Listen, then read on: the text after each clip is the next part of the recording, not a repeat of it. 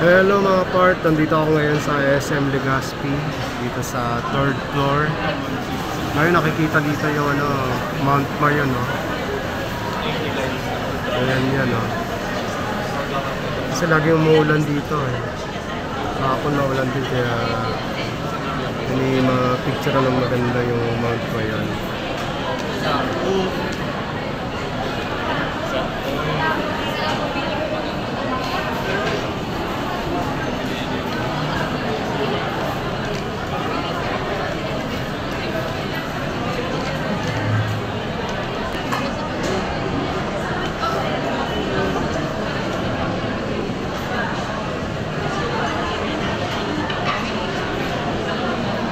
Ayan, sa baba ng Mount Marion parang may mga dun, no?